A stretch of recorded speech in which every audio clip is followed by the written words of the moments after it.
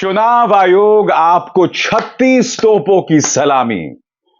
जब विपक्ष पर कोई बात आती है तो आप मुस्तैदी से काम करते हैं, मगर जब सत्ता पक्ष की तरफ से अनर्गल बयान दिए जाते हैं, प्रधानमंत्री भूल जाओ, भाजपा के छुटभैया नेता भी जब भड़काऊ बयान देते हैं तो रामायण के वो पात्र हैं ना, कुंभकर्ण, आप उनकी नींद को भी मात दे देते हो।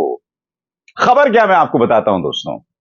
राहुल गांधी ने दो शब्दों का इस्तेमाल किया था, पनौती और जेब कतरा।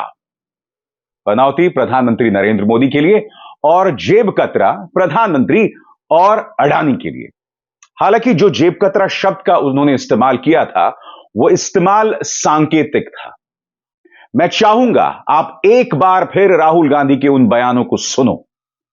मैं आपसे पहले भी कह चुका हूं कि पनौती शब्द का इस्तेमाल भाषाई मर्यादा का उल्लंघन है, मगर आज के कार्यक्रम का मकसद यह नहीं कि हम सिर्फ राहुल गांधी की आलोचना करें, जो मैं पहले कई बार कर चुका हूं। मुद्दा यह है कि चुनाव आयोग जो है, जब सत्ता पक्ष की ज्यादती की बात आती है तो खामोश क्यों हो जाता है?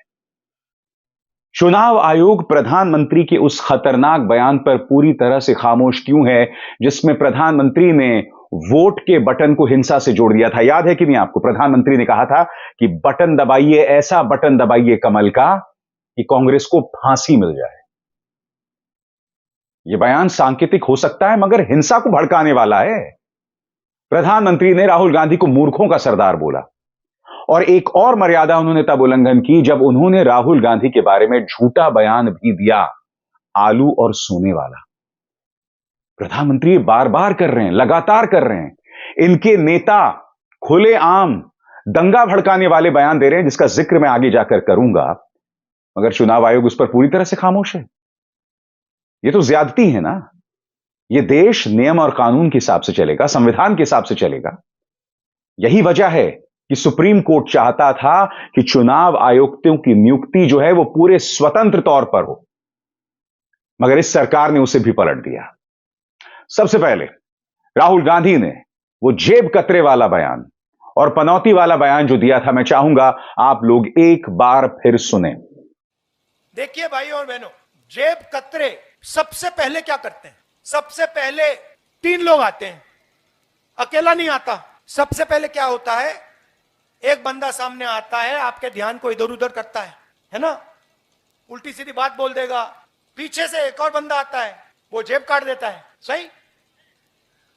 और तीसरा बंदा देखता है कि अगर जिसका जेब कटा, अगर इसने कोई आवाज की तो उस पर आक्रमण कर दे, उसको डरा दे। ऐसे जेब काटी जाती है। ध्यान इधर उधर करने वाला नरेंद्र मोदी, जेब काटने वाला अदानी और बाद में लाठी मारने वाला अमित शाह। याद है? हाँ, क्या पनौती पनौती पनौती, वो अच्छा भला वहां पे, अच्छा भला हमारे लड़के वहां पे वर्ल्ड कप जीत जाते, वो वहां पे पनौती हरवा दिया। पीएम मतलब पनौती मोदी।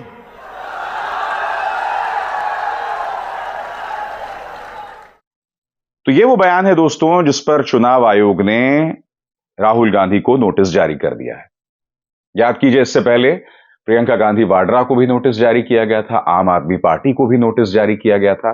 आपके सामने तथ्य मौजूद है। मैं आपसे सवाल पूछना चाहता हूं कि आखिर क्या वजह है कि चुनाव आयोग पूरी तरह से भारतीय जनता पार्टी की ज्यादती पर खामोश रहता है, उनके नेता के बयानों पर खामोश रहता है? मतलब वो एक कहावत है ना, खुला खेल फर्रुखाबादी। कहीं पर तो मर्यादा होनी चाहिए, कहीं पर तो कोई लक्ष्मण रेखा होनी चाहिए। अरे कम से कम जनता को दिखाने के लिए तो कह दो कि आप पक्षपात से परे हो, आप पक्षपात नहीं करते हो। आपका तो खुला खेल फर्रुखाबादी चल रहा है और भारतीय जनता पार्टी के नेता बार बार भड़काऊ बयान दे रहे हैं कन्हैया लाल वाले मामले को लेकर, मगर चुनाव आयोग कुछ नहीं कर रहा है। मैं आपको दो नेताओं का बयान आपके सामने पेश करना चाहता हूं दोस्तों। सबसे पहले भाजपा के नेता आपके स्क्रीन पर, किरोड़ी लाल मीणा, इनका ट्वीट एक्स हैंडल पर देखिए। सबसे पहले इस भड़काऊ तस्वीर को देखिए। कन्हैया लाल का यह कार्टून है और पीछे एक मुसलमान जो है उसको मारने वाला है। यह तस्वीर अपने आप में निहायत ही भड़काऊ तस्वीर है और इस पर बयान किया है उनका। 25 नवंबर को राजस्थान में आपका वोट कन्हैया लाल को इंसाफ दिलाने के लिए होना चाहिए। सबसे बड़ी बात, जिस इंसाफ की बात किरोड़ी लाल मीणा कर रहे हैं, मैं उनसे सवाल पूछना चाहता हूं। आपकी पार्टी के नेता तो बलात्कारियों को पैरोल पर रिहा करते हैं। 8 साल की मासूम का जब रेप होता है कठुआ में, तब आपके पार्टी के एक नहीं 2-2 मंत्री बलात्कारियों के पक्ष में रैली निकालते हैं।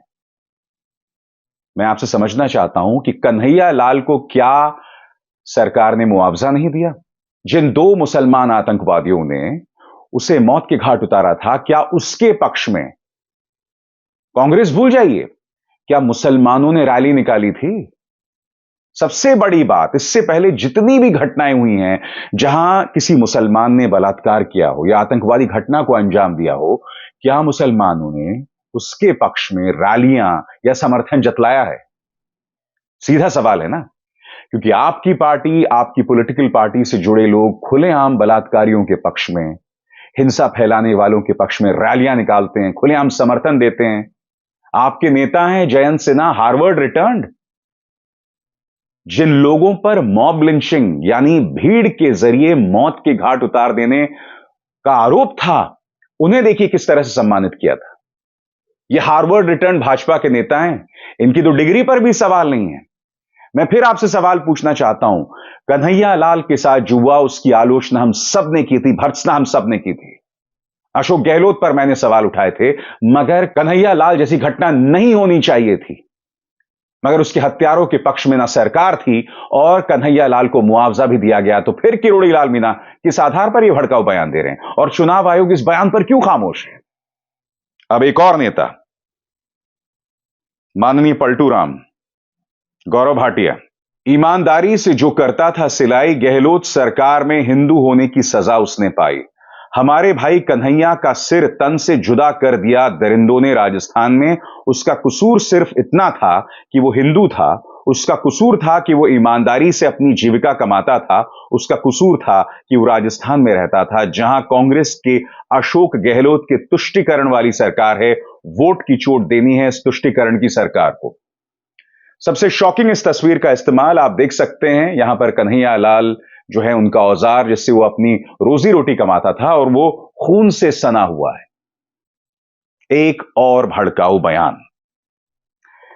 चलिए, गौरव भाटिया को मैं एक तस्वीर दिखाता हूं। कमलेश तिवारी याद है आपको? उत्तर प्रदेश का रहने वाला। इस व्यक्ति ने हजरत मोहम्मद साहब के बारे में आपत्तिजनक बयान दिया था। याद है कि नहीं आपको? जब तक अखिलेश यादव की सरकार थी, यह पूरी तरह से सुरक्षित रहा। इसे धमकियां मिलती रहीं मगर सुरक्षित रहा। जब मुख्यमंत्री आदित्यनाथ की सरकार आई, तब वो लगातार, कमलेश तिवारी, उनकी हरकतों को लेकर योगी सरकार के रवैये की शिकायत करते रहा और फिर कमलेश तिवारी को मौत के घाट उतार दिया गया, वो भी मुख्यमंत्री आदित्यनाथ की सरकार में। तो अब किरोड़ी लाल मीणा और गौरव भाटिया कमलेश तिवारी के बारे में क्या कहेंगे? याद है आपको, कमलेश तिवारी की मां सामने आई थी, पत्रकारों से गुहार लगा रही थी, पत्रकारों से कह रही थी कि मुख्यमंत्री आदित्यनाथ को कोई बहुत महान तौर पे पेश मत कीजिए आप, क्योंकि उसका बेटा मुख्यमंत्री आदित्यनाथ के शासन में मारा गया। उसका बेटा अखिलेश यादव की सरकार के दौरान सुरक्षित रहा। तो मैं आपसे पूछना चाहता हूं, सुरक्षित कमलेश तिवारी ने रहा मुख्यमंत्री आदित्यनाथ के कार्यकाल में, तो क्या कहा जाएगा उसके बारे में? खुला खेल फर्रुखाबादी दोस्तों। और बात यहां नहीं रुकती, इनके नेता खुलेआम झूठ बोलते हैं। हेमंत बिस्व शर्मा, जिन्होंने स्वर्गीय इंदिरा गांधी के लिए पनौती शब्द का इस्तेमाल किया था, बाय द वे इन्होंने स्वर्गीय इंदिरा गांधी के बारे में उस शब्द का इस्तेमाल किया था। भाजपा के झूठ तंत्र आईटी सेल का मुखिया अमित मालवीय, इंदिरा गांधी के लिए पनौती शब्द का इस्तेमाल किया था। आप जानते हैं हेमंत बिस्व शर्मा ने क्या किया? हेमंत बिस्व शर्मा ने अशोक गहलोत का एक डॉक्टर्ड बयान, यानी कि अशोक गहलोत एक बयान दे रहे हैं और बीजेपी आईटी सेल ने उस बयान पर एडिटिंग करके मोदी मोदी के नारे लगवा दिए। एक झूठा बयान पेश किया और यह दावा किया कि राजस्थान में भाजपा की सरकार आ रही है। मैं ये समझना चाहता हूं कि एक मुख्यमंत्री को ये करने की क्या जरूरत पड़ती है? इतनी बौखलाहट, इतनी डेस्परेशन कि आपको झूठ, हिंसा, इन तमाम चीजों का सहारा लेना पड़े और चुनाव आयोग इस पर पूरी तरह से खामोश रहे। मैं आपको पहले सुनाऊंगा वो डॉक्टर्ड बयान जो भाजपा ने पेश किया और फिर जो सही बयान असली में था अशोक गहलोत का। देखिए। भाई, भाई। अरे आप इनके सपोर्ट में आओ, क्या आए हो?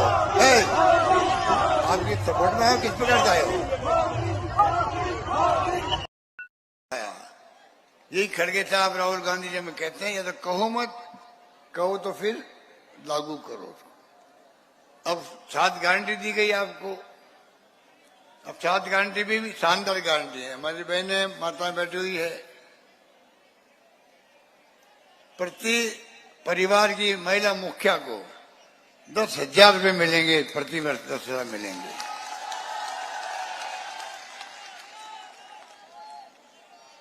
एक करोड़ 35 लाख लोगों को, महिलाओं को जो सीएनजी योजना में जुड़ी हुई थी। सुनो भाई, अरे भाई, कुछ लोग आ गए थे। कौन लोग हैं? अरे आप इनके सपोर्ट में आओ, क्या आए हो? आप इनके सपोर्ट में आओ, किस प्रकार से आए हो?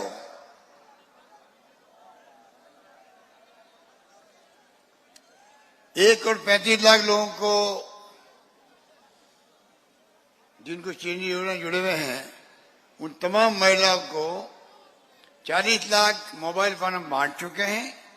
सरकार बनते ही 1 करोड़ मोबाइल फोन और बांटे जाएंगे महिलाओं को, कहा हमने।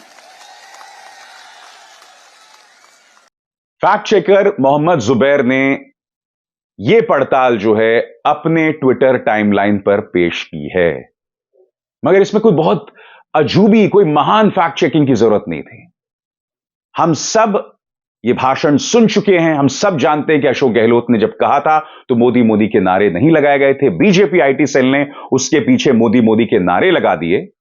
अगर बग्गा हग्गा जैसे या फिर अमित मालवीय जैसे छुड़भैया वाहियात भाजपा के ट्रोल्स ये काम करे तो बात समझ आती है, मगर हेमंत बिस्व शर्मा संवैधानिक पद पर बैठे सम्मानित मुख्यमंत्री हैं असम के। असम की जनता को क्या आप संदेश दे रहे हैं कि मेरा मुख्यमंत्री झूठे बयानों का प्रचार प्रसार करता है? और सबसे शॉकिंग बात, चुनाव आयोग उस पर भी खामोश है। क्यों? यही नहीं दोस्तों, कांग्रेस का एक और दावा है जिसकी पड़ताल होनी चाहिए।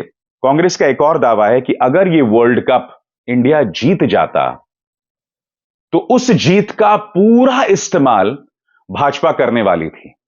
पूरे राजस्थान में यह दावा सुप्रिया श्रीनेत कर रही हैं भाजपा के एक नेता से बात करने के बाद। सुप्रिया श्रीनेत ये कह रही थी, प्लान यह था कि अगर भाजपा वर्ल्ड कप जीत जाता तो राजस्थान भर में प्रधानमंत्री के इंडिया की जो यूनिफॉर्म है ना क्रिकेट की, वर्ल्ड कप की, प्रधानमंत्री उस फोटो में विक्ट्री साइन दिखा के ढेरों पोस्टर्स लग जाते।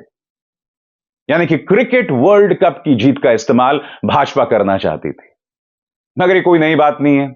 आपको याद होगा गुजरात चुनावों के दौरान नेशनल गेम्स थे, खेल का आयोजन, और उस खेल के आयोजन को प्रधानमंत्री ने अपने राजनीतिक रोड शो में बदल दिया था। तो ये तो होना ही था। अगर हम वर्ल्ड कप जीत जाते तो यही होता राजस्थान के अंदर। सुप्रिया श्रीनेत क्या कह रही हैं आपके स्क्रीन पर, और इसकी पड़ताल चुनाव आयोग को करनी चाहिए और इस पर चर्चा होनी चाहिए।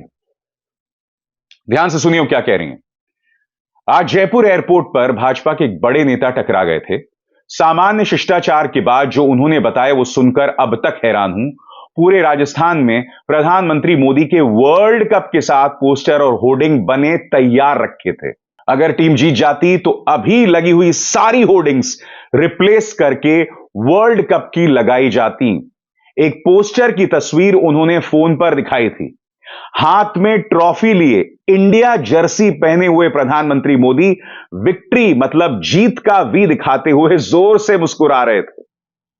आगे बताया कि टीम को खुली बस में लाकर जयपुर सहित कुछ राजधानियों में भी घुमाने का प्लान था।